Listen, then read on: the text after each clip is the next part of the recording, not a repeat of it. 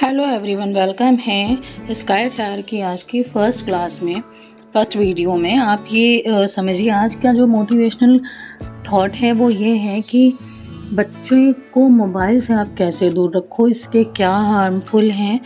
देखिए, बहुत से भाई मदर हैं जो वर्किंग हैं या फिर उनको घर पे भी बहुत काम है, जॉइंट फैमिली में है या फिर अलग हैं, सिंगल हैं, जो भी है ना। तो वो क्या करते हैं कि आप सोचते हैं कि हमें ज़्यादा बच्चा परेशान न करे, आप उसको फ़ोन दे देते हो, फिर आप अपने काम में लग जाते हो। रिज़ल्ट आपको पता है कि जब भी आप मोबाइल पे कोई भी ऐप चला रहे हो, कुछ भी हो, तो उस पर ऊपर कुछ भी नोटिफिकेशन आता रहता है।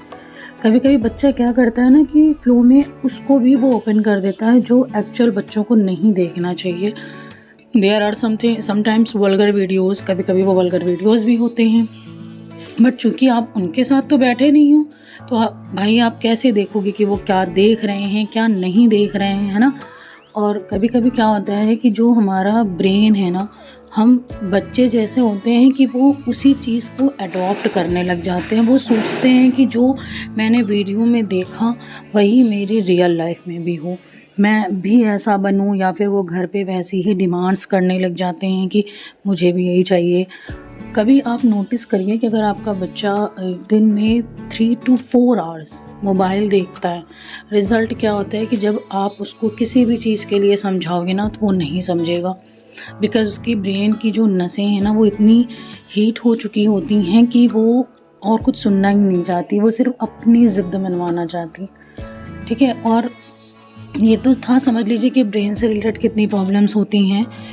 रही बात आँखों की, तो आप ये समझिए कि जो आइज़ है ना, उसकी कॉर्निया जो होती है वो धीरे धीरे सूखने लग जाती है। बच्चों में आइज़ में ड्राइनेस आने लग गई है, जो पहले के टाइम पे बीमारी कम देखी जाती थी, है ना। हमारी जो पलकें हैं, आईलिड्स हैं, वो नियर अबाउट 14 to 15 टाइम्स एक मतलब झपकती हैं 1 मिनट में। बट मोबाइल देखने की कंडीशन में क्या होता है कि ये एवरेज सिर्फ 6 से 7 बार का आ गया। आईलिड्स नहीं झपक रही हैं टाइम टू टाइम।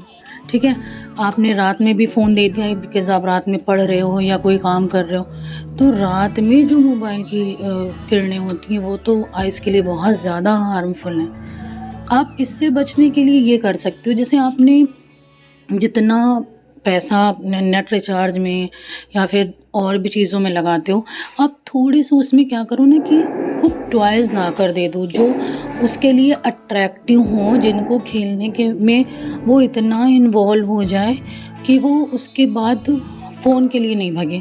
और एक चीज़ और, आप एक साथ नहीं, ऐसे नहीं मार्केट गए बस 2000 के टॉयज़ लेके चले गए, एक साथ उसको दे दिया। बच्चे क्या होते हैं ना, वो डिमांडिंग होते हैं, उनको पर डे कुछ नया चाहिए होता है। तो आप एक बार मार्केट जाओ, कम रेट में 2 टॉय लेके आओ, जिससे वो नियर अबाउट 15 डेज़ पार कर ले। 15 डेज़ हो गया, 15 डेज़ उसने मोबाइल नहीं देखा।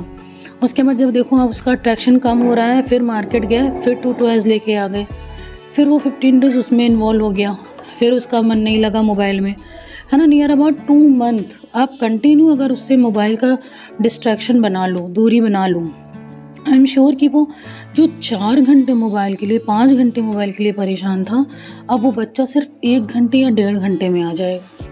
उसके बाद वो आपसे मोबाइल की डिमांड ही नहीं करेगा, वो उन्हीं टॉयज़ में अपने आप को इन्वॉल्व रखेगा।